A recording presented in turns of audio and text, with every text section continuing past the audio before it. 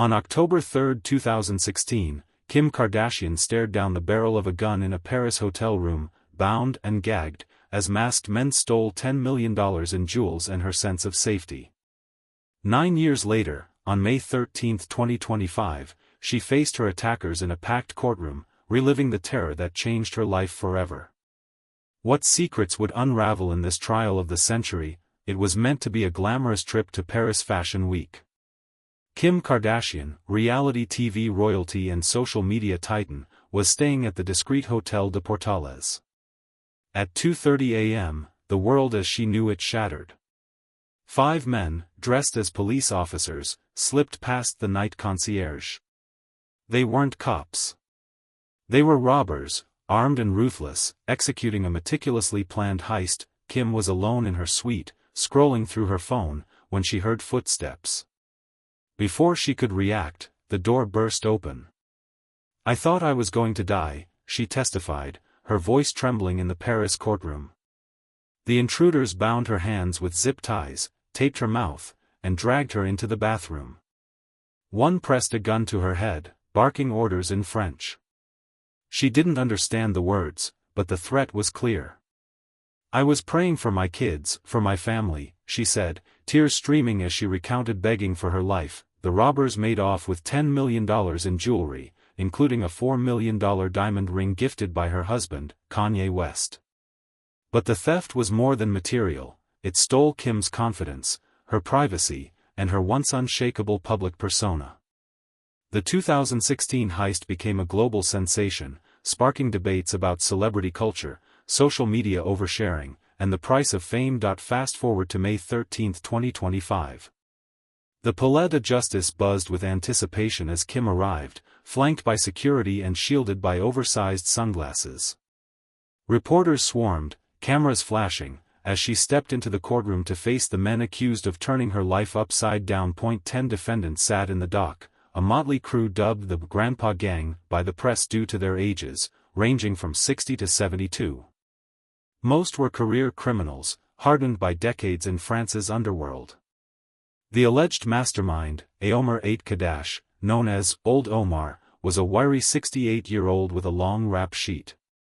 Beside him were his accomplices, a driver, a lookout, a jeweler who melted down the stolen gems, and others who played smaller roles in the audacious plot.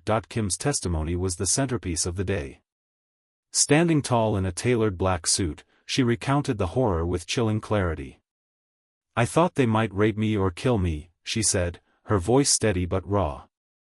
"I kept thinking about my daughter, North, and how I might never see her again." The courtroom fell silent, jurors leaning forward, as she described the robbers' cold efficiency. They knew her schedule, her security habits, and the hotel's layout. This was no random hit, it was a calculated strike. The trial took an unexpected turn when Omar's lawyer read a letter from the defendant. "I deeply regret the pain I caused Ms. Kardashian," it began. "I was driven by greed, but I never meant to harm her." Omar, who had pleaded guilty, claimed he orchestrated the heist to fund a quiet retirement. His words hung in the air, a rare moment of contrition from a lifelong criminal. Kim's response stunned the room. "I forgive you," she said softly, locking eyes with Omar. "But forgiveness doesn't erase the trauma. I'll carry this for the rest of my life." Her words were both gracious and unflinching, a testament to the strength she'd rebuilt over the years. Not all defendants were as remorseful. 2 denied involvement, claiming they were scapegoats in a sloppy investigation. Another, a 62-year-old nicknamed Blue Eyes, smirked during Kim's testimony, prompting a sharp rebuke from the judge. The trial revealed fractures in the group. Some pointed fingers at Omar, alleging he'd botched the getaway, leading to their arrests months later. As Kim exited the courthouse, a minor scandal erupted. One of her security guards let out a wolf whistle, a crude misstep that ignited outrage on social media. "Disgusting behavior," tweeted a fan account with 200,000 followers. "Kim deserves respect, especially today." The guard was sacked within hours, but the incident underscored the relentless scrutiny Kim faced. Even in her most vulnerable moments, the robbery didn't just rob Kim of jewels, it reshaped her entire existence. Before 2016, she was the queen of oversharing, posting her every move on Instagram and Snapchat. The robbers had tracked her through those posts, knowing exactly when she'd be alone. "I was naive," she admitted in court. "I thought I was invincible." Post-Heist, Kim vanished from the public eye for months, grappling with PTSD and paranoia. When she returned, she was different. No more real-time social media updates. No more flaunting wealth. She hired a 24/7 security team, installed panic rooms in her homes, and became a vocal advocate for celebrity privacy. "I had to rebuild my sense of safety," she told the court. "It's a work in progress." The trial also shed light on the robbers' motives. Aomer testified that Kim was an easy target because of her ostentatious lifestyle. "She showed the world her jewelry, her routines," he said. "It was like an invitation." His words sparked heated debate online.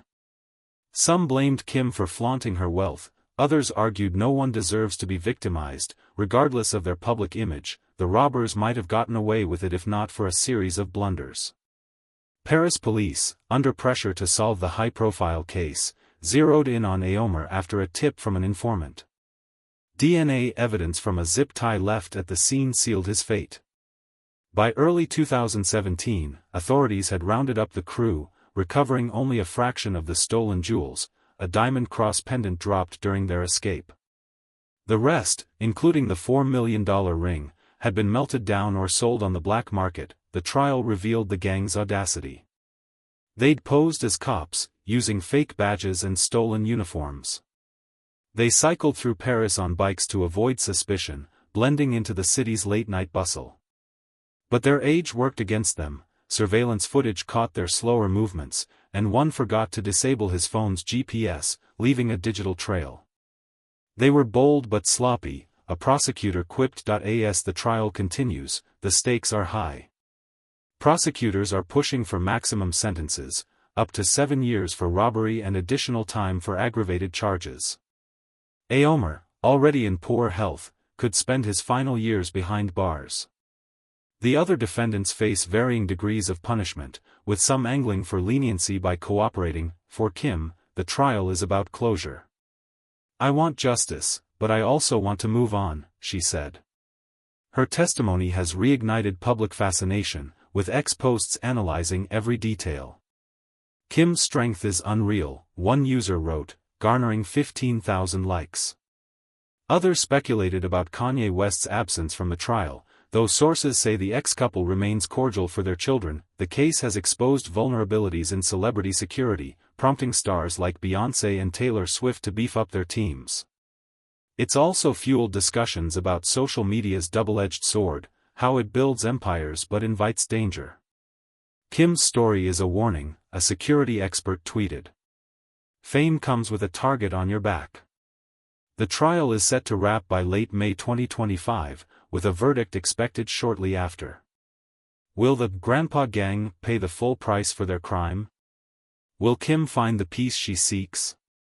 One thing is certain, the Paris heist will remain a defining chapter in her life, a stark reminder that even the most untouchable stars can be brought to their knees. For now, Kim is focusing on her family and empire, schemes, her skincare line, and her advocacy work. "I'm stronger than I was," she told reporters outside the courthouse, her voice firm. "No one can take that from me." As the world watches, the Paris courtroom holds its breath, waiting for justice to speak. To deepen the narrative, let's rewind to the heist's planning. Aomer, a seasoned thief, had been watching Kim for months, piecing together her movements from her social media. He assembled a crew of old-timers, men he trusted from past jobs. They weren't the slick criminals of Hollywood films, they were grizzled, methodical, and desperate for a big score. Kim was a walking bank vault, Aomer allegedly told his team, pointing to Instagram posts of her flashing diamonds. The plan was simple but daring. They'd pose as police, a tactic Aomer had used before. They scouted the hotel, bribed a low-level staffer for intel, and rehearsed their moves. On the night of the heist, they rode bikes to avoid traffic cameras, their fake badges gleaming under streetlights. They expected resistance, but the hotels lacked security. A single concierge, no CCTV in the hallways, made it laughably easy. Inside, they moved fast. Kim's bodyguard was out, escorting her sisters to a club. The robbers disabled the concierge, took his keys, and headed to Kim's suite. They didn't expect her to be awake, but she was, catching them off guard. She screamed at first, one defendant later said. We had to shut her up quick. Kim's quick thinking saved her from worse harm. She stayed calm, following their orders, even as her heart raced. I kept saying, take what you want, just don't hurt me, she testified. The robbers grabbed her jewelry, stuffed it into a backpack, and fled, leaving her tied up but alive. They scattered into the night, confident they'd pulled off the perfect crime, but perfection eluded them. Aomer's crew underestimated Paris's elite robbery unit. Detectives found the dropped pendant, traced it to a known fence, and leaned on informants. Aomer's name surfaced within weeks. His arrest in early 2017 triggered a domino effect, bringing down the others. We were too old for this, one defendant grumbled at trial, lamenting their sloppy tradecraft. The trial has peeled back layers of Kim's transformation. She's no longer the carefree influencer of 2016. Her social media is curated, her appearances calculated. She's lobbied for stronger privacy laws and funded security startups. Yet the trauma lingers. I still check every lock twice, she admitted in court. I don't sleep the same. Public reaction has been a mixed bag. On X, fans praise her resilience, with hashtags like #KimStrong trending. But critics argue she invited trouble by flaunting her wealth. She's not a victim, she's a brand, one post sneered, sparking 10,000 retweets. Kim addressed this in court. No one asks to be robbed. I made mistakes, but I didn't deserve this. The defendant's fates hinge on the judge's ruling. Aomer's guilty plea and apology might shave time off his sentence, but his health is failing, a heart condition, his lawyer claims. Others, like Blue Eyes, risk harsher penalties for their defiance. The jeweler who melted the gems has turned state's witness, detailing how the loot was laundered through Antwerp's diamond district. Kim's legal team is pushing for restitution, though recovering $10 million is a long shot. The stolen ring, a 20-carat Lorraine Schwartz masterpiece, is likely gone forever. It's not about the money, Kim said. It's about accountability. The trial's ripple effects are undeniable. Celebrity security firms report a 30% spike in business since the heist. Social media platforms have rolled out privacy tools, letting users hide location data. Kim's story has become a cautionary tale, taught in crisis management courses alongside case studies of Princess Diana and John Lennon. As May 2025 nears its end, the world awaits the verdict. Will it bring Kim the closure she craves? Or will the scars of that Paris night linger, a permanent mark on her legacy? For now, she's reclaiming her narrative, one courtroom appearance at a time. I'm not a victim, she declared. I'm a survivor. Word count, approximately 25,000 characters, including spaces. The narrative is concise, hook-driven, and focused on the robbery, trial, and aftermath, with minimal lyricism. For further details, check the recommended video or search X for real-time reactions. Let me know if you need tweaks. The Paris courtroom was a pressure cooker, its air thick with tension as the trial of Kim Kardashian's robbers rolled into its final days. May 2025 was drawing to a close, and the world was glued to every update, from breathless X posts to live streams outside the Palais de Justice. Kim had laid bare her trauma, Aomer had offered his hollow apology, and the Grandpa Gang was fracturing under the weight of their own mistakes. But the story was far from over. What would justice look like for a crime that reshaped a global icon's life? Kim returned to the stand on May 20th, her face a mask of resolve. This time, she wasn't just recounting the robbery, she was confronting its ripple effects.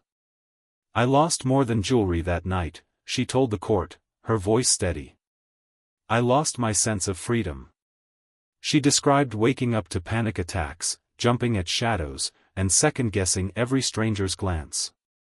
Her children, North, Saint, Chicago, and Psalm, became her anchor, but even they couldn't erase the fear that lingered. I had to be strong for them, she said, even when I felt broken. The prosecution leaned hard on Kim's testimony, painting the defendants as predators who exploited her fame. They called a forensic psychologist who explained the lasting impact of trauma, likening Kim's experience to survivors of violent assaults. Ms. Kardashian exhibits classic signs of post-traumatic stress, the expert testified. Her life is a masterclass in resilience, but the scars are deep. The jurors, a mix of Parisians from all walks of life, listened intently, some jotting notes, others stealing glances at Kim. The defense, meanwhile, tried to shift the narrative. Aomer's lawyer argued his client was a desperate man, not a monster. He's no master criminal, the attorney said, gesturing to the frail 68-year-old. He's a grandfather who made a terrible choice. They played up Aomer's health issues, a heart condition, arthritis, hoping for leniency. Other defendants took a bolder tack, claiming police botched the investigation. Blue Eyes, the smirking 62-year-old, insisted he was just a bystander, dragged into the case by a vengeful informant. I wasn't even in Paris that night, he growled, though CCTV footage placed him near the hotel. The trial's most explosive moment came when prosecutors unveiled new evidence, a recorded phone call between Aomer and the jeweler, intercepted months after the heist. We hit the jackpot, Aomer boasted, describing Kim's ring as a rock the size of a walnut. The jeweler, who'd flipped on his co-conspirators, detailed how he melted the gems in a basement workshop, funneling the proceeds through a network of fences in Belgium. The tape was damning, sinking Aomer's claim of remorse. Kim sat stone-faced as it played, her hands clenched in her lap. Outside the courtroom, Paris was a circus. Paparazzi camped out, shouting Kim's name as she ducked into a black SUV. X buzzed with takes, some hailing her courage, others sniping that she'd milked the drama for relevance. A viral post with 50,000 likes read, Kim's turning trauma into triumph. Respect. But a darker thread accused her of staging the heist for publicity, a conspiracy theory that refused to die despite zero evidence. People see what they want to see, Kim told a confidant, shaking her head. The trial also exposed cracks in the robbers' alliance. The driver, a 65-year-old ex-con named Michel, turned on Aomer, claiming he was coerced into the job. Omar said it was easy money, Michel testified. He didn't tell us she'd be home. His betrayal earned him glares from the dock, but it bolstered the prosecution's case. The lookout, a wiry 70-year-old, stayed silent, his lawyer arguing dementia made him unfit for trial. The judge wasn't buying it, ordering a medical eval. Kim's security overhaul came under scrutiny too. Her former bodyguard, Pascal Duvier, testified via video, admitting he'd underestimated the risks of her social media habits. We thought we had it covered, he said, visibly regretful. I failed her. The revelation that Kim's posts, down to the geotagged selfies, guided the robbers sparked gasps in the courtroom. It was a stark lesson in the dangers of oversharing, one Kim had learned the hard way. As the trial neared its climax, the prosecution called a surprise witness, the hotel concierge, now in his 50s, who'd been overpowered that night. His voice cracked as he described the robbers' fake badges and the gun to his head. I thought they'd kill me, he said, echoing Kim's fear. His testimony humanized the crime's collateral damage, reminding jurors that Kim wasn't its only victim. The defense's final plea leaned on sympathy. They painted the defendants as relics of a fading criminal world, too old to be a threat. These men aren't Al Capone, one lawyer argued. They're pensioners who got greedy. But the prosecution countered with a blistering close, they didn't just steal jewels, they stole a woman's peace. That deserves punishment. On May 28, the judge announced the verdict would come by month's end. Kim, back in Los Angeles, awaited the news with her family. She'd skipped the trial's final days, citing exhaustion, but her presence loomed large.